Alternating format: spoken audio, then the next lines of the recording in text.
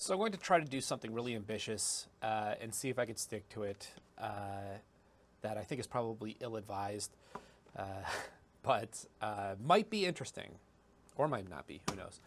Anyway, I'm going to try doing a series of tests with every class of material that I commonly use in my shop to see what other materials are the best materials to use as supports for that material.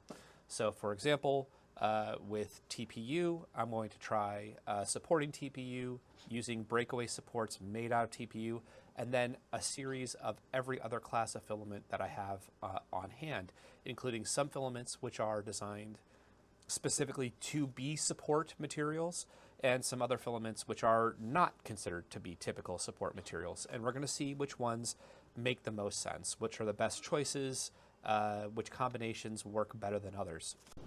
I want to throw out there that I'm doing all of this testing purely for my own benefit. I'm filming it, editing it, and putting it on YouTube to share the results of these experiments with you, so that I'm not putting all this effort in just for myself. I expect nothing out of any of this. My channel is not monetized. I'm not sponsored. I'm not looking to make money. I'm not looking to be famous on YouTube. That's not interesting to me. If you want great 3D printing content, there's tons of it out there. There are great channels that are definitely worth checking out. And I recommend a couple of them. I think that, first of all, Zach Friedman and his channel Void Star Lab is incredibly interesting. He does a great breakdown of all of the filaments that he has in his shop and what he thinks of each of them. I disagree with him in some cases, and I think that we'll talk about some of those examples as we go through all the filaments in my shop. But he's incredibly entertaining and really sharp. Superfast Matt is a channel that I really like. He did an episode about 3D printing in which he talked about filaments. He's incredibly informative. His content beyond 3D printing is incredible, definitely worth checking out, and he's, you know, the kind of person who's a serious YouTuber. I really like My Tech Fun, but My Tech Fun is, he's a European professor, engineering professor.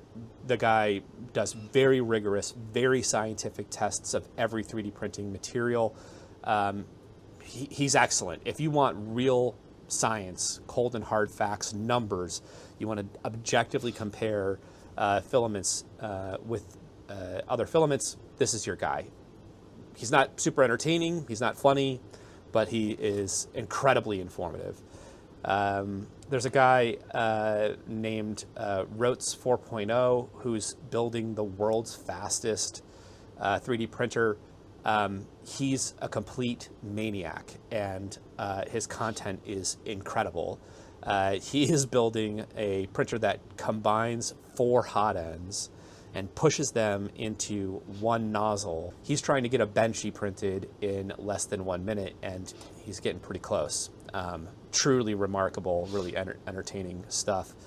And then I think the only other maker that I really want to mention is CNC Kitchen. The guy there, his name is Stefan, incredibly informative, has great content on a number of different subjects. He doesn't really talk about filaments very much, but if this is the kind of content that you're looking for and you want a serious YouTuber, those are the people that I would recommend checking out. I'll put links in the description so that they're easy to find. Those are some of my favorites. There's a bunch of other ones out there too that, you know, have their strengths and weaknesses. In my opinion, when these guys come out with new content, those are the guys that I turn to and make sure that I'm staying up to date with whatever it is that they're working on, because I always learn something from them. So for those tests, we are going to do TPU first. We'll go through TPU and see which support materials are the best choices, because I think TPU is a very specific and interesting use case. Until recently, with multi-nozzle printers, it has not been very easy to support TPU, right? Because no multi-material system can swap between TPU and another filament. So typically you need to have a devoted nozzle that is just printing TPU if you're going to use TPU with some other material that's going to be a good choice for supports. So anyway, so the materials that we're going to test, let's start with the ones that are non-traditional support materials. The first is going to be PLA. So we're going to try using PLA as an interface layer for supports for all of our different tests. I expect that this is going to perform particularly well with TPU, with PCTG, with a couple of others. So when using a material like PLA, and actually this is going to be the case for all of our supports, generally what makes a material a terrible support material is if that material softens at a temperature that is lower than the chamber temperature required to print that material. So for example, mixing something like PLA and polycarbonate is probably not a great choice, because what will happen is the polycarbonate is going to require that the chamber be super hot, the build plate be super hot, and the extruder is going to creep up in temperature enough that the PLA is going to soften inside of that extruder. And if that happens, then we're going to get jams. Now, those jams can be very severe, especially on the H2D. I've had that experience specifically with PLA, which is why I'm calling it out. If you are going to try to mix PLA with another higher temperature material, it's really important that the PLA goes in the right nozzle of the H2D, because the left nozzle of the H2D is designed to move up and down as you're swapping back and forth between the two nozzles. And it has a sprung metal tube inside of the left nozzle that, if material like PLA melts inside of that sprung tube, it can cause a jam that is so extraordinarily difficult to resolve. You can't even remove the faceplate of the extruder because everything is so gummed up inside. And once you've got it removed, then actually clearing that out, getting that jam out of that metal tube that's supposed to be sprung, is extraordinarily difficult. I did have this experience. The way that I handled it was by taking a nozzle clearing tool like this one. I had to heat the tool to a very, very high temperature using a heat gun, and then attempt to drive this tool through that sprung metal extrusion feeder pipe. This did work, but I got to tell you, it was not easy, and I may have caused permanent and serious damage to that piece of my H2D. So I don't recommend attempting to do something like that. So I may, in some of my tests, breach that protocol, but I don't recommend that you do it. And in fact, I think that what we will find in every single one of those cases is that we will get a failure of some kind. It's very unlikely that our test will succeed. So, okay, yeah, so PLA is going to be a very interesting material for us to work with. We're also going to use PCTG. The PCTG that I'm using for these tests is going to be 3D Fuels Pro PCTG. I'm using this in lieu of PETG. I think it's a reasonable stand-in. The materials are very similar in a lot of ways. I think that the PCTG, I usually work with PCTG instead of PETG. It seems to print a little bit easier. It's my preference. If somebody thinks that this is an oversight and that I should independently test with PETG, I'll also run that test. But I'm not anticipating that that'll be necessary. I'm also going to try supporting some materials using Bambu's Nylon that has a glass filling. I think the glass filling is kind of a little bit of a red herring here. I don't expect that to be of particular interest. The only thing that that's going to do for me is keep dimensional stability and make it a little bit easier to print with. So I will use this material. It's very expensive. I love this material. It's one of my favorites. I'm expecting that it's probably not going to be a great choice as a support material for anything, but there are a couple of candidates where it is interesting at the very least. Some of those higher temp materials like ASA, polycarbonate, maybe a couple of others. This could potentially do a very interesting job. Speaking of polycarbonate, we are going to try using polycarbonate as a support.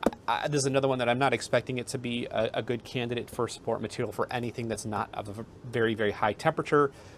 Maybe ABS ASA, maybe potentially nylon. I'm not expecting it to work for any of those. My guess is that this has a very low coefficient of friction, and so I would expect that anything that you attempt to print on top of polycarbonate is going to just slip right off. It'll be like Teflon. So probably not a great support material, but who knows, maybe it'll surprise me. Okay, next is high impact polystyrene. So ABS, ASA, and high impact polystyrene, I really don't like working with these materials. I know that a lot of people do love them, and there's certainly a lot of makers out there who will say that there's some advantages to those materials, these styrenes, that make them really interesting and very useful. For one thing, they can print very, very quickly. They have a rapid glass transition, so they go from being liquid or gooey to being solid very rapidly over a very short temperature range, which means that you can print with them very, very quickly, and overhangs usually work really well. But they also shrink a little bit when they cool, so they warp like crazy. They're very difficult to get to stick to a build plate. But when they do stick to a build plate, that build plate tends to hold on to those materials extremely well, and they can be very tough to remove. And so it's very important that you use a treatment on a build plate, something like glue stick, right? So glue stick is made out of polyvinyl alcohol, which is one of the support materials that we're going to use. So it's kind of a little bit annoying to have to use a support material to lay down our support material. But this is mandatory, especially if you're going to use a build plate like PEI that's going to be heated in order to reduce the warping that that particular material may cause. Because what happens is ABS, ASA, and high impact polystyrene, they melt into the PEI plate, into the texture, and become adhered to the plate along with that surface. It is nearly impossible to remove that material once it's adhered that way. Now, if you end up in that situation and you're having a difficult time removing ABS, ASA, or high impact polystyrene from a PEI sheet, the trick, or I guess trick, it really isn't a trick because it's not great, is to get that bed back up to a very high temperature. I mean, as high as your printer will let you take it. And if you can go above 100 degrees Celsius, then go above 100 degrees Celsius. My Bambu H2D only goes up to 100 C, so I generally cap it there. Heat that build plate up as far as it will go, get it super, super hot, and then come in with a scraper and do your best to not gouge the plate. The scraper that I like to use is the BQ Panda Edge.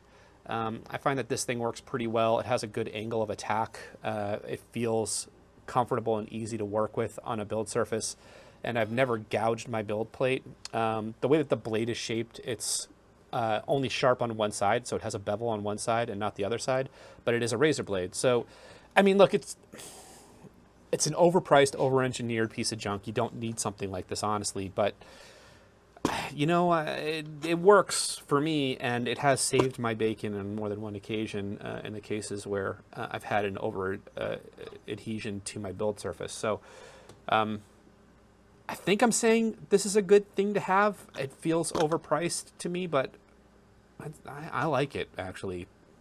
No other scraper that I've owned previously does quite as good of a job. I've had a couple of others. Actually, I'll just show you one of the other ones that I've commonly used.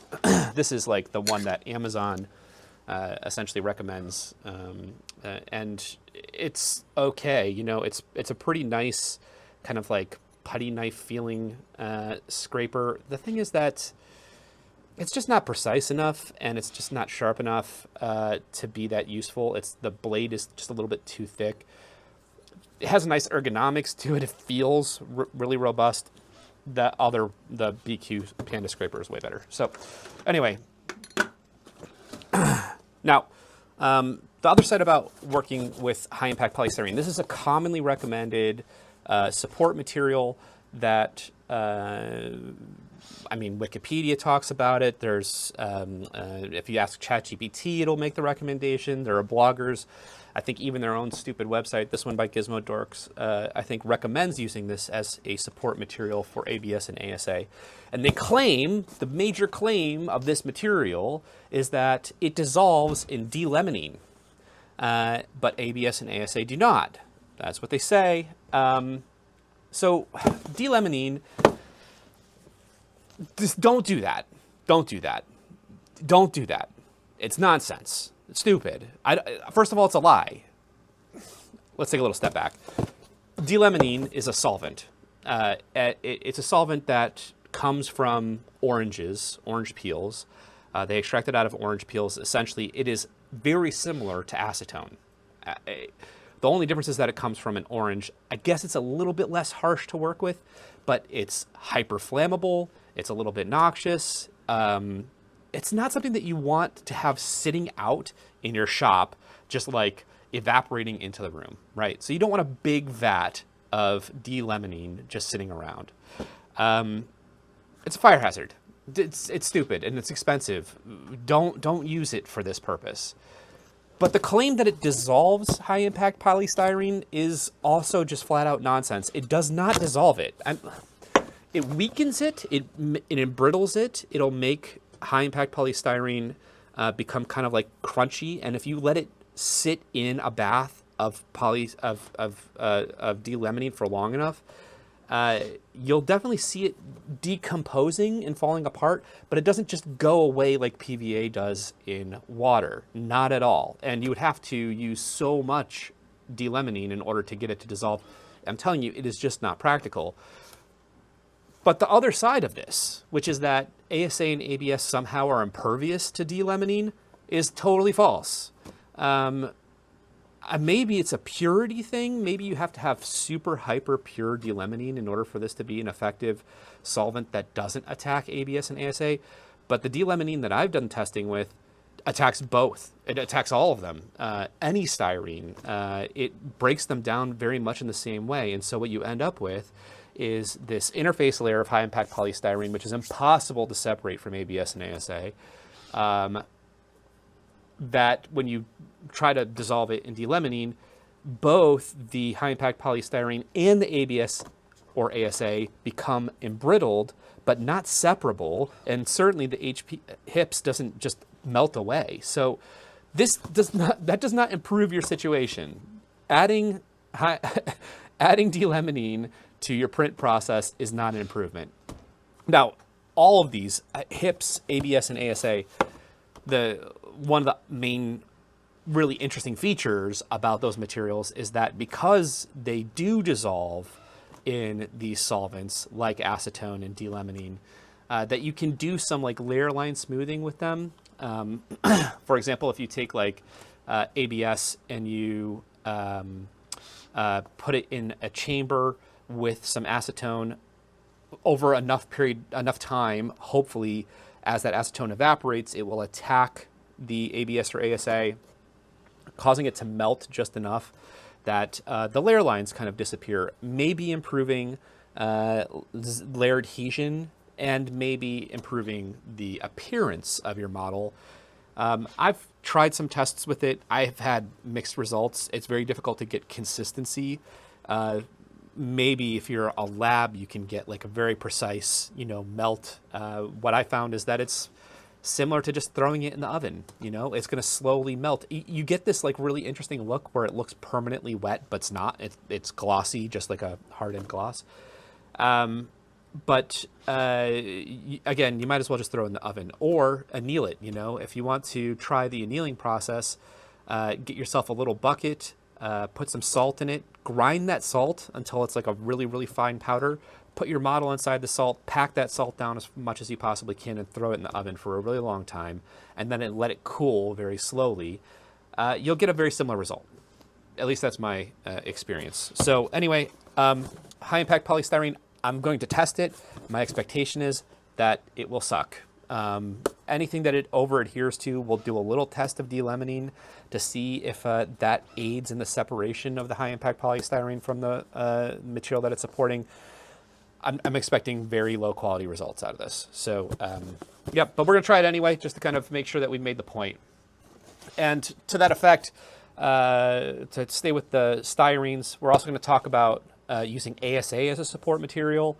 Again, a material that I'm not expecting to have great results with. Maybe a good choice for polycarbonate, maybe a good choice for nylon, probably not for anything else. And similarly, ABS, I have ABS ready to go here. I think ABS and ASA are similar enough in molecular qualities that I don't think that it's necessary to do both. So I will probably only do ASA. If you think that this is a bad idea and that I should also test ABS, then I'll go back and retest and I'll add ABS tests in. At the moment, I don't intend to do this. I don't think that there's a lot of value in this test. So whatever testing results we get with ASA, I expect will also translate to ABS. The rest of the materials that we're going to test with are devoted support materials made by various companies. A lot of them are made by Bambu, and they're generally a good choice for using with very specific materials as support materials. The first one is PVA. PVA is polyvinyl alcohol. This is the stuff that glue sticks are made out of. Also, like Tide pods and dishwasher pods, the skin that goes around the outside of them is PVA because they typically use this material because it's inert. It's pretty easy to work with, especially under like an injection molding scenario. Or I don't know, I guess they don't injection mold it. They must do some sort of similar process. And it dissolves in water, right? So it dissolves in water and dissolves in water quite rapidly, especially if you have it warm. However, if you do a big enough print and you use this as a support, it might take a long time for it to dissolve all of the PVA. I've had that experience a few times where I've had something soaking for a week and the PVA had not completely dissolved yet. So keep that in mind. But this material does make one thing possible that I think is incredibly useful, which is hinge supports. So if you print a part that has a living hinge, or it's a print in place with a moving component on the inside, you might choose to use PVA as a support material because you don't have to try to dig in there in order to remove the supports. You just soak the entire thing in water and your supports should release. That's an incredible advantage, and it makes a lot of really interesting things possible. So I use it for that reason all the time. But a word of caution, this material works fantastic on the X1 carbon because it has an incredibly accurate hot end. It heats to a very specific temperature and it stays at that temperature and it doesn't exceed that temperature. Now, if you try to use this stuff with a less accurate hot end, something that gets really hot really quickly, like the hot end made by, I guess it was BQ, who made the hot end with the swappable nozzles. I think it's a really great design, but the problem with it is that it's not very accurate. It has this much bigger heating element on it, and it tends to overshoot its target temperature and sometimes quite dramatically. And it turns out that the Bambu H2D has that exact same problem. So when it is targeting a very specific temperature and it's coming up from zero, it heats that hot end so rapidly that it can far exceed its target temperature, and then it has to back off and cool down in order to get to the place where it wants to be. Now, for a lot of materials, that's not a big deal, but with PVA, it is a big deal because its preparation temperature that the H2D uses as a part of its slicer settings is very high. It's something like 250 degrees Celsius. That's already too hot for this material. And then on top of that, the H2D misses that temperature and tends to overshoot it by as much as 15 degrees Celsius. At 265 degrees Celsius, this material breaks down. When it breaks down, it crusts, it solidifies. It becomes like concrete, and it becomes concrete in your nozzle. Once it's concrete in your nozzle, that's it, you're toast, right? You pull that nozzle out, you've got yourself a day of some really frustrating and difficult work to try to get that nozzle cleared out. I will show you some footage. There will be some examples of me clearing out those specific kinds of jams. and they're really nasty, right? Because in order to clear that kind of jam out, the only thing that I've found that works, water doesn't work, nothing works, right? At that point, once it's crusted like that, it's solid, it's not going anywhere. So what I found I need to do, and maybe there's a better way to do this, and if there is, then I really need to know, so please tell me, is I will hold the hot end in a vise and use a heat gun to superheat that nozzle until I can force a ramming probe through and force as much of that material out as possible. Once I've got most of the PVA out of the nozzle, then I'll follow it up with a needle to try to make sure that I can get the needle all the way through the nozzle and coming out the other side. And once I've kind of got daylight where I can go all the way in and out of the nozzle, then I'll follow that up with another high temperature material that I can actually push through the nozzle. And once I've got that coming through and maybe clearing out all the gunk that was in that nozzle in the meanwhile, then I'll try to do a nice cold pull on it. If I can get a nice cold pull and get enough junk out of there, then usually the nozzle's back into working condition. But there's a major caveat here, which is that in order to get the nozzle that hot, you're going to cook the PVA that is inside, and you're going to bring it up well past temperatures that are safe or that it's rated for. And when you heat PVA, polyvinyl alcohol, past about 270 degrees Celsius, it starts to decompose into some pretty nasty stuff. And that includes formaldehyde and a couple of other really nasty chemicals. If you smell a kind of fruity smell, you know that you've gone too far. And that's dangerous. It's actually dangerous. It's properly dangerous. You can have, I've had severe reactions to it where my eyes go completely bloodshot, my sinuses become very inflamed.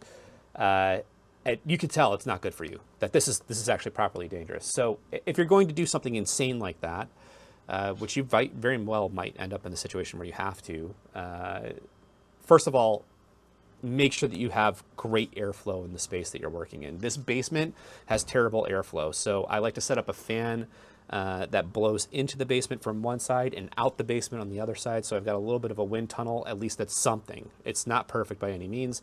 And then you need to use some serious protective equipment. I like to use goggles that are sealed. They're like vapor-proof goggles all the way around. They have no like air vents on the sides. And I wear an N95 mask. That tends to keep me safe. I did clear a jam yesterday and my eyes look pretty good. So I'm happy with that result. But wearing goggles that don't have air vents on them makes them very uncomfortable. So it's not something that you want to wear for a long time, right? They steam over, they get very hot very quickly. So anyway, this is a major downside of this material. Using PVA on the H2D is something that I try to stay away from. But, you know, it has some real advantages too, if you can actually live with it. So hopefully Bambu fixes this issue with PVA and gets that temperature on the hot end to not so dramatically overshoot its target temperature, and that would resolve everything. Now, a very similar material to PVA that we're going to test with is BVOH. BVOH it's exactly the same kind of thing as PVA. It's just an entirely different chemical. It dissolves in water. It also has a very low print temperature between 200 and 220 degrees Celsius. So you don't want to overheat this one either, because it too will char and will crust over and burn.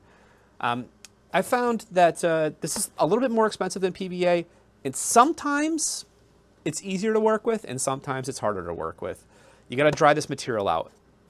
Even if you store it in a vacuum sealed bag like I do, I typically put it in my dryer for at least 8 hours every time that I'm going to use it.